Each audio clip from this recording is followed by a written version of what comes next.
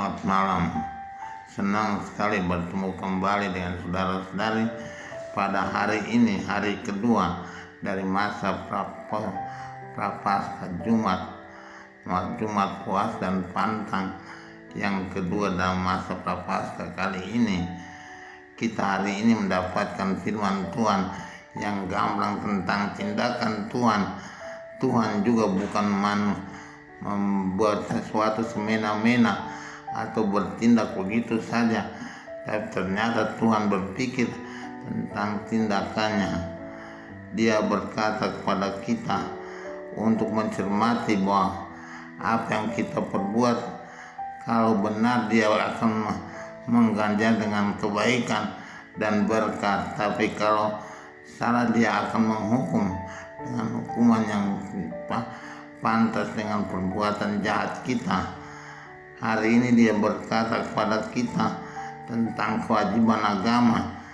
Kita sering menganggap kewajiban agama kita itu biasa saja, tidak perlu dicermati, tidak perlu diikuti. Terutama puasa hari ini, peraturan puasa masih berlaku dari masa lama, masa yang sudah kuno. Menurut banyak di antara kita, puasa barangkali banyak orang tidak perlu lagi, tapi masih tetap merupakan kewajiban agama kita. Puasa yang benar adalah makan kenyang dalam satu hari, tidak membuat apa-apa yang bertentangan dengan hukum agama. Itu merupakan puasa kita. Puasa yang benar masih berlaku, pantang pada daging mentah, daging merah itu masih berlaku. Walaupun akhir-akhir ini dikatakan bahwa kita menentukan apa yang kita pantang dan puasa kita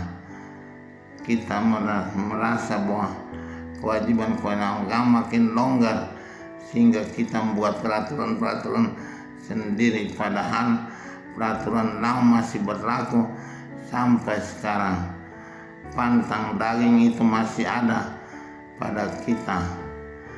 Memang di daerah-daerah banyak orang lebih banyak makan ikan, sehingga merasa ikan itu lebih baik dipantang. Orang tidak pernah makan daging, tapi tetap peraturan agama masih tetap berlaku. Tidak boleh makan daging pada hari pantang dan berpuasa pada hari puasa. Makan kenyang satu kali sehari, entah makan pagi yang kenyang, makan siang yang kenyang, atau makan malam, tapi tetap satu kali yang kenyang. Yang lain-lain bisa sarapan biasa dengan roti satu potong atau makan satu porsi yang kecil. Itu merupakan kewajiban agama kita, dan kewajiban agama kita paling ringan boleh dikatakan. Puasa yang penuh adalah hari Rabu Abu dan hari Jumat Agung. Hari Jumat yang lain nih hari puasa, hari pantang saja. Pantang akan daging yang kita suka.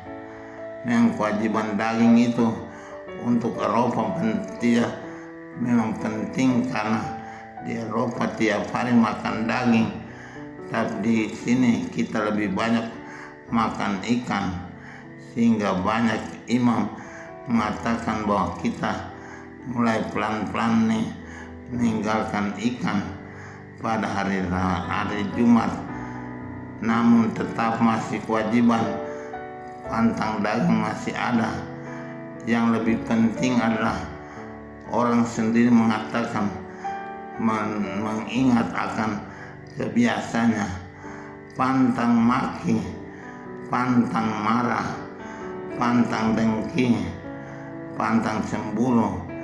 Hal-hal seperti itu harus kita lakukan dalam masa puasa dan masa pantang ini, sehingga kewajiban agama kita terpenuhi. Dan Tuhan katakan ada dua hal. Kalau dulu orang fasik atau orang jahat bertobat dan melakukan kewajibannya, maka dia akan selamat. Tapi kalau orang benar, orang baik lalu tidak melakukan lagi kebaikannya, tapi jatuh berbuat jahat atau berbuat fasik, maka itu akan dihukum atau dibinasakan oleh Tuhan dengan kuat kuasanya. Ini dua hal yang kita harus ingat. Kita harus tetap menjadi orang benar di hadapan Tuhan. Orang benar dan orang baik harus tetap kita berusaha melakukannya.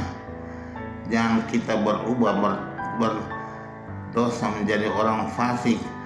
Itu akan menjadi celaka bagi jiwa kita.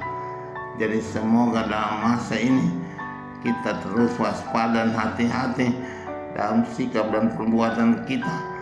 Dan kalau kita masa-masa lampau sudah berbuat jahat, lebih baik saat inilah saat pertobatan, saat yang benar, saat berkenan di hadapan Tuhan. Karena ramai-ramai semua orang bertobat, maka kita jangan ketinggalan. Kita harus maju bersama-sama dengan saudara-saudara lain untuk mulai melakukan pembenahan dalam hidup kita. Dalam khotbah di bukit, dia mengatakan hal yang paling lebih dipertajam. Kita sebenarnya mempunyai kewajiban untuk berbuat benar-benar mendasar, tidak asal-asal saja. Tuhan Yesus mengatakan dalam khotbah di bukit bahwa kita harus berbuat sesuatu tidak dengan semena-mena dan asal-asal. Sebab dia berkata, kalau ada orang marah terhadap saudaranya, ia harus dihukum, dan barang siapa berkata kafir harus didapatkan ke mahkamah agama, dan siapa berkata jahil harus diserahkan ke dalam neraka yang menyala-nyala. Coba bayangkan kata-kata yang kasar dan tidak benar itu akan dihukum dalam neraka yang menyala-nyala menurut Tuhan Yesus.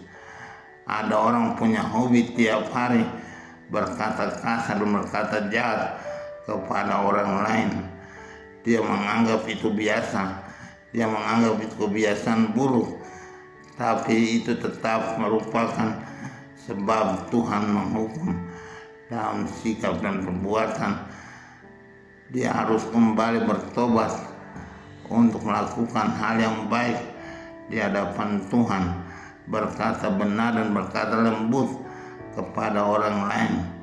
Itu merupakan kewajiban agama dalam masa pertobatan ini dan dalam hidup kita.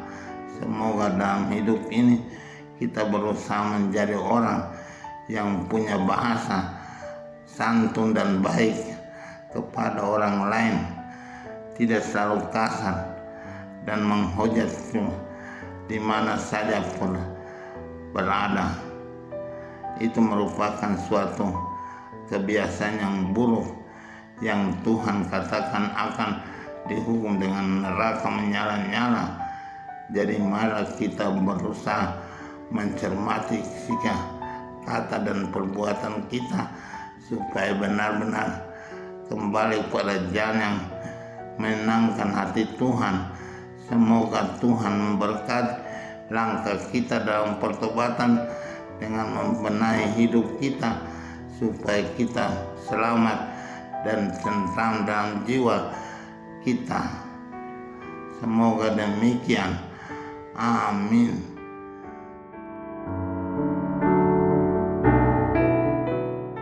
Tuhan Bapa yang baik, Engkau menghendaki kami menjadi orang yang sempurna karena Engkau sendiri sempurna adanya. Tapi Engkau tahu, Engkau menciptakan kami sebagai makhluk-makhluk yang tidak sempurna. dalam perilaku kami. Bantulah kami dengan rahmat-Mu, supaya karena rahmat-Mu itu kami boleh kembali menjadi usaha kami menjadi orang-orang yang boleh mulai menunjukkan sifat-sifat kesempurnaan dalam diri kami masing-masing, demi Kristus Tuhan dan Juru Selamat kami sepanjang segala masa. Amin.